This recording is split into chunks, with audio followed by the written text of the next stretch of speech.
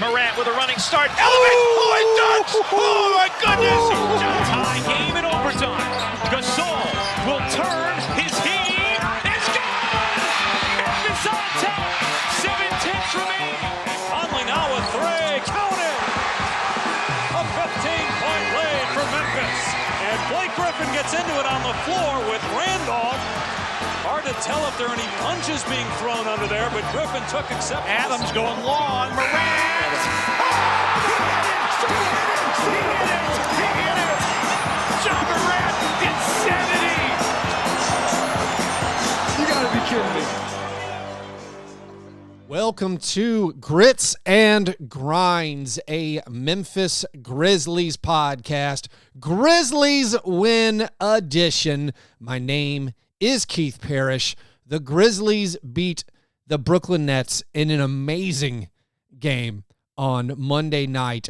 The headline from this game is Desmond Bane erupting for a career-high 38 points, but also in this game, Ja Morant matched him with 38 points of his own, and of course, Dillon Brooks returned. It was a spectacular, entertaining basketball game that had everything except defense.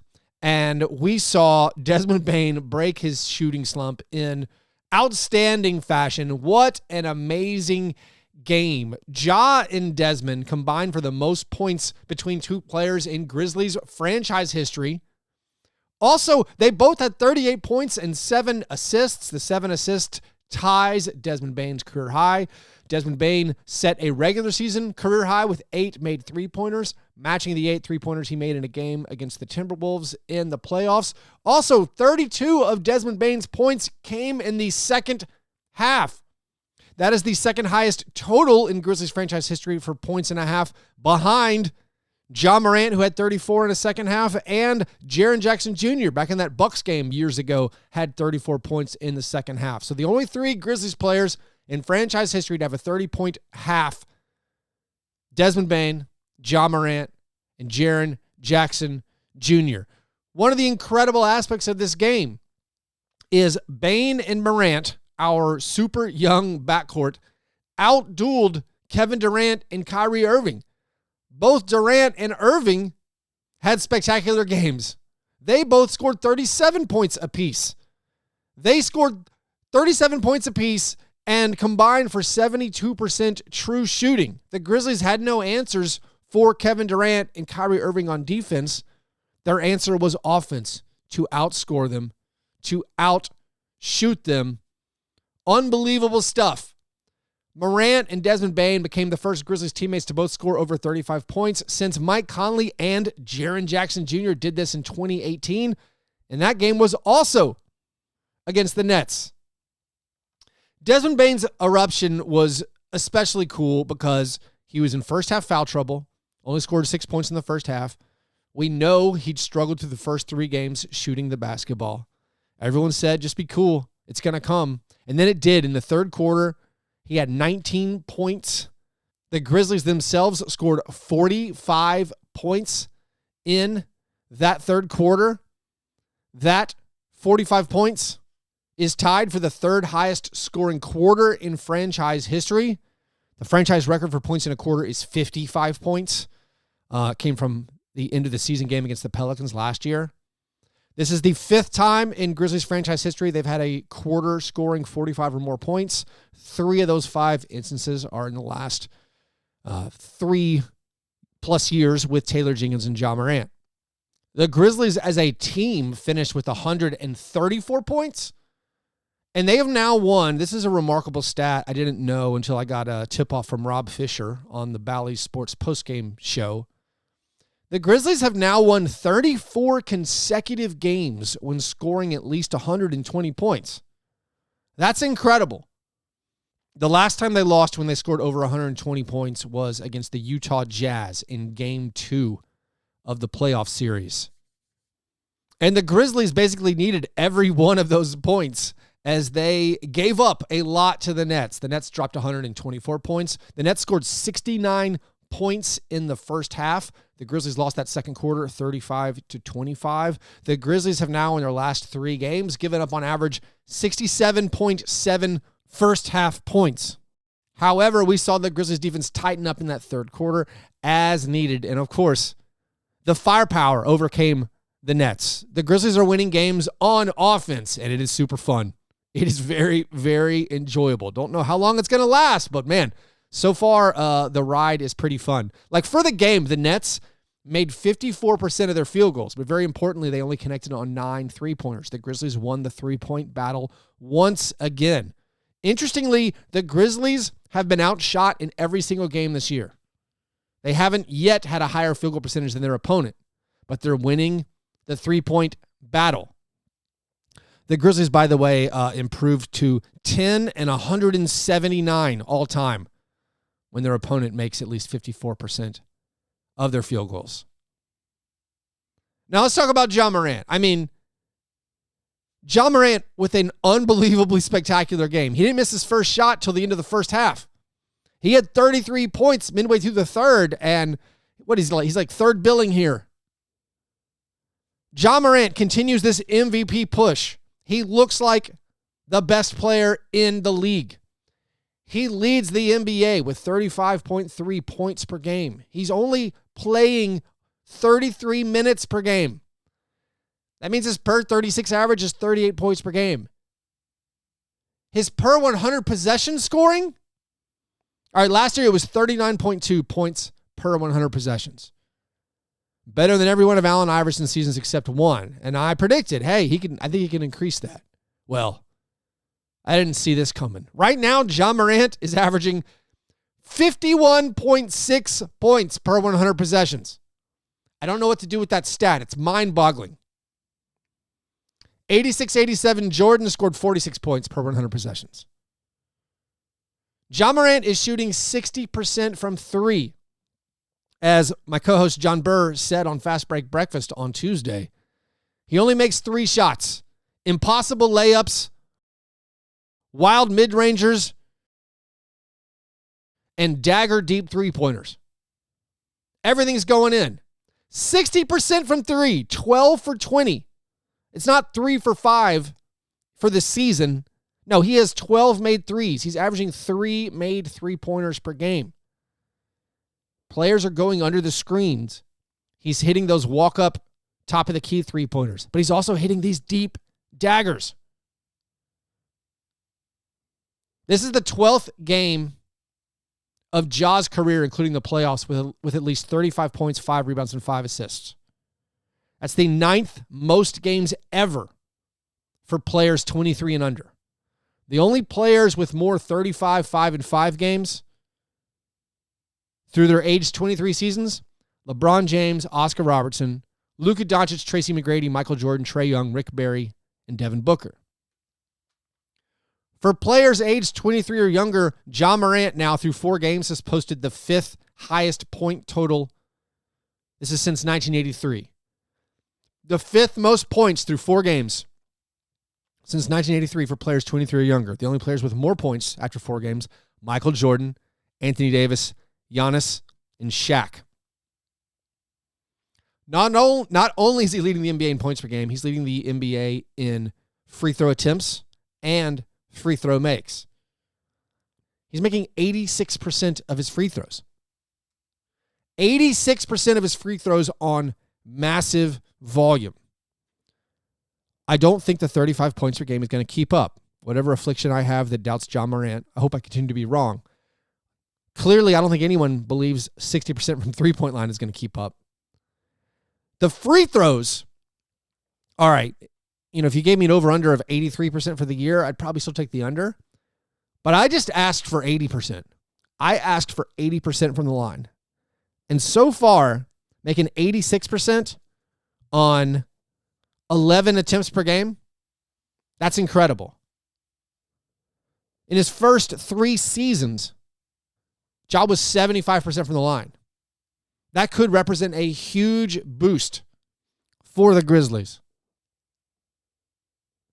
Also, just the math, that's an extra half point per game for his scoring average. If he goes from 7.5 free throw attempts at 75% to 10 free throws per game, at 80%. It's just extra points for the Grizzlies. Also, Ja Morant had this not typical highlight play. Yeah, sure, he had an unbelievable alley-oop catch that was like Grant Hill in the college basketball title game back in the day. Sure, he had dagger threes and unbelievable dribbling moves and spectacular dunks and layups. But he also had an extremely clever play where he wasted 24 seconds of the game clock. I've been pointing this out for years, the Ja Morant time wasting. I mentioned it on previous episodes, how he's like teaching the guys to roll the basketball. You can see him pointing like, Santi, roll the ball. Well, Santi rolled the ball perfectly this time. And Ja Morant wasted what I believe is the most seconds he's ever wasted, 24 seconds off the game clock. The Nets made a mid-range jumper to cut the lead to 6 with 4 minutes and 25 seconds left. And then because of rolling the basketball in, the shot clock doesn't start until you pick the ball up. He wasted 24 seconds, roughly 10% of the remaining time of the basketball game, before Ben Simmons forced him to pick the basketball up. He picks the ball up at 4:01. The shot clock starts. Ben Simmons, then at this point, Ja Morant does something else extremely clever that was very, very fun. He baits Ben Simmons into committing his 6th foul. He does it because he looks back at the bench. He looks back at the coach for the play call. And he sees out of the corner of his eye Ben Simmons maybe kind of flinch, start to move towards him.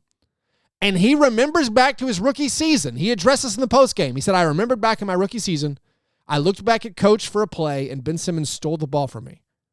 So Ja Morant thinks, hey, you know what? I'm going to look back at the coach again and try to trap Ben Simmons, to bait Ben Simmons into running at me. And it works. And once Ben Simmons gets close, Ja Morant leans into the contact, accentuates the contact. He flops a little. He exaggerates it a little bit. Gets a pretty weak 6th foul call on Ben Simmons. He forces the official to make a call. And Ja Morant knew exactly what he was doing. It was 100% on purpose. Once the whistle is blown, Ja Morant points for Ben Simmons to go off the court. There was no hesitation, like whistle and wait and point. No. Whistle came right when the whistle happened. He just pointed. He knew what he did. He did it on purpose. He fouls Ben Simmons out of the game. Just huge stuff from Ja Morant. 38-7 from Ja Morant. 38-7 from Desmond Bane. The fact that this is a Grizzlies franchise that, for years it was like, man, if we just got a shooting guard, man, if Courtney Lee could just make 2 3-pointers per game. If OJ Mayo could be consistent at all. We've always waited for a 2-guard. We've also always waited for offense. We don't have very many exciting scoring records until Ja Morant. And now to have 2 guys both erupt for 38 in the same game. And also both have 7 assists in the same game. Life is good as a Grizzlies fan. Also in this one, Dillon Brooks made his debut. All right, so the return of Dillon. Got off to a rough start, not going to lie. Dillon Brooks, his first half, it was terrible. He took several threes in the first couple minutes. I think 51 seconds into the game, he already had a missed shot that felt a little bit rushed and had committed a foul on like an unneeded foul, overly aggressive, guarding players way too far from the basket. Maybe that's just what he needed to get warmed up. He got a technical foul, but he accepted the challenge. He guarded Kevin Durant the whole game. He settled down in the second half. He got out of the way for Desmond Bane and for Ja Morant to do their thing. A very low usage second half for Dillon Brooks. I don't know if anything was said to him. Like, hey, man, why don't you just relax a little bit? I mean, some of it in the first half, again, Desmond Bane got in foul trouble. Didn't play that many minutes. In the second half, when he starts cooking, Dillon Brooks did a good job of just not forcing things, standing in the corner when that was appropriate. He also made that extra pass to hit Bane. Dillon Brooks could have shot. He was open. But he understood the hot hand. He understood the superior shooter. He throws it to Bane. Yes, in fact, that was his only assist. But still, great play. But in the second half, all right, the man is tasked with guarding Kevin Durant. And yeah, Kevin Durant had 37 points. But in the second half, Dillon Brooks drew at least 2 offensive fouls on the Nets. Those were forced turnovers by Dillon Brooks. Also, a listener, Mitchell Buchanan, pointed this out. He went through the play-by-play data. And by his math, Dillon Brooks and Kevin Durant shared the court for 24 minutes, and Kevin Durant had 16 points in those minutes. That means in the 15 minutes Dillon Brooks was off the court, Kevin Durant had 21 points in those 15 minutes. Now, I haven't totally double-checked the math, but I do know Kevin Durant went off at the end of the third quarter when Dillon was out during a stretch where the Grizzlies never doubled Durant one time. I don't know if that was the correct decision or not. But Dillon Brooks played tough defense, got out of the way in the second half. Yeah, first half was awful. Can't defend it. Indefensible first half, but I was happy to see Dillon. This is probably, I don't know if it's the nadir, but he's not going to have that many games worse than this one. And also, he helps you by just guarding the other player's best player. Now, should he play more minutes than Konchar should play? I don't know. Konchar has been great this season. Konchar has increased his three-point volume, where I did not think he could. In this game, Konchar made 2 out of 3 three-pointers. He only attempted 3 shots, all three-pointers. But Konchar, 3 field goal attempts, 7 points. Dillon Brooks, 13 field goal attempts, 4 points. Also, Konchar had 0 turnovers. Dillon had 2 turnovers. I thought this was an opportunity with Dillon Brooks returning and with how well the starting lineup had played, with the exception of the Mavericks game. This was like it felt like a one-time opportunity to have Dillon come off the bench. You know, like no one's going to question it. Hey, he's returning from injury. Maybe his minutes are limited or something. The team's been playing well. I don't know if Dillon's final resting spot, his long-term best fit, is as a 6th man on a title contending team. Clearly, he can be a starter on a 56-win team. We've seen that, even though, he missed most of the season. I have no doubts Dillon Brooks can start on playoff teams. On a title team, is he supposed to be a starter? Is Konchar a better starter than Dillon Brooks? Maybe just the fit works more. Konchar is a better rebounder and a worse defender. Like Dillon Brooks got 0 rebounds. I know most rebounds are totally replaceable, but Dillon's been a subpar rebounder his whole career. I am definitely open to there should be more for Konchar because sometimes this team might just need a guy who shoots the open spot up 3, a la Tayshaun Prince, who took the open spot up 22-footer. But maybe Konchar is a better fit overall, but I'm still not, I'm not all the way there. I can understand if a person would be there.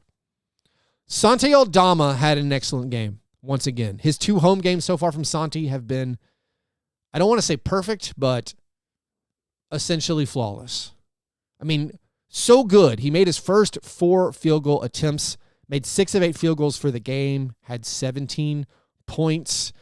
So far this year, and I know we shouldn't look at on-off net rating and any kind of lineup data just 4 games into the year, but so far this year, even with those caveats, Cleaning the Glass has Santi Aldama's on-off net rating swing as plus 64, which means the Grizzlies are 64 points better per 100 possessions with Aldama on the court. That matches the eye test. Things fall apart when the second unit comes in. I mean, some of that, yeah, Santi Aldama plays most of his minutes with Steven Adams and Ja Morant and Desmond Bane. That's the context you need to know for these on-off things, but you feel it. When Aldama is out there, he's doing a great job. He also had that fadeaway jumper when Kyrie Irving was checking him. He made a tough 3-pointer. Looked like he got fouled by Yuta Watanabe. Aldama has been tremendous so far this year. Steven Adams was a force in this game. His presence was felt the whole game. Also got a season-high 9 points. But him on the inside, screening, rebounding, offensive rebounding. We also saw him get those assists. We finally got a Steven Adams to Desmond Bane assist for a layup, although a tough layup. I mean, Desmond Bane, yes, it made 8 3-pointers, but also what was special about this one was his 2-point array of field goals. So many drives to the basket, they were all going in. He was getting aggressive, putting his shoulder into the defender, making those layups that are sort of like hooks. He keeps the ball away from the defender by getting it kind of far from his body, and made a lot of those shots. It's just a great game from essentially the whole starting lineup. Yeah, Dillon had a rough first half. Thought Dillon's second half was very, very good, and the defense was key and needed. The bench continues to struggle. That is not surprising. That's one thing I particularly expected this year, and with no Zaire Williams available, even with Conchar moving to the bench, Conchar had a very, very nice game. Even with Conchar now moving to the bench with Dillon Brooks there, they're still missing Zaire. The second unit's still struggling really, really badly. The Tyus Jones minutes have not worked. Tyus Jones' shot not really working for him so far. David Roddy minutes, they're a catastrophe. He was 0 for 5 from the field in this game. 4 of those were 3-point attempts. He did not get back in the second half. The Grizzlies went with a 10-man rotation in the first half, shortened that to a 9-man rotation in the second half. Again, I shouldn't cite lineup data, but it's brutal when David Roddy is out there so far this year. The Grizzlies keep losing the second unit minutes. They lost that second quarter by 10 points. They got torched by Kevin Durant at the second half of the third quarter. I mean, there's nothing you can do. I'll admit that. If Kevin Durant's going to play all 12 minutes of a quarter, eventually the Grizzlies are going to sub out, and Kevin Durant's going to have his way. The goal is, and we saw that, I believe, last year in the home game against the Nets as well, those guys tire out. If you're asking Kevin Durant and Kyrie Irving to play 40 minutes a game, our guys are going to be fresher down the stretch. And I think that played out in this one. Yeah, those guys went off in the first 3 quarters. They weren't as good, as deadly in the fourth quarter. Brandon Clark, however, did have a good game off the bench. He didn't play that many minutes. I mean, close to 17. All of his minutes were as the only big on the court. He played 0 minutes as power forward. He had that awesome alley-oop finish, spectacular alley-oop dunk finish. He gets better stats when he's the only big out there. They played him alongside LaRavia and alongside Roddy, where he is the only big on the court. Finished with 13 points, 2 assists, which is high for him, 13 points. Got to the foul line 6 times, made 5 out of 6. Good job there, Brandon, making your free throws. LaRavia missed an easy dunk. Kind of sad. He was about to get a dunk with Kevin Durant breathing down his neck. He's probably excited about it. Tell all his friends he dunked with Kevin Durant right by him, and he missed it. But I thought otherwise, seemed to be in the right place. He's making some good defensive plays so far this year, using his size. I think he's fitting in just fine, but not much to say about his performance in this one. Of course, highlighted by a missed dunk. But huge win. Grizzlies now improved to 3-1 on the season. They're taking care of business. They're 2-0 at home. Are there concerns? Sure, there's a few concerns. They're mainly defensive and related to the second unit. We'll get into that and also look more at the Grizzlies' 3-point shooting, which is still happening. The Grizzlies are still launching and making 3-pointers. We'll get into all those team stats right after this short break.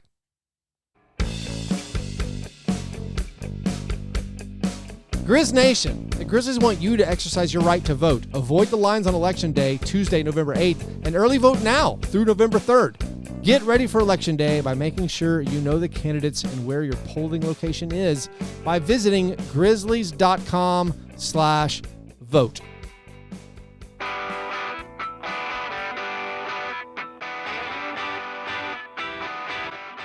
All right, so in this one, the 3-point barrage continued.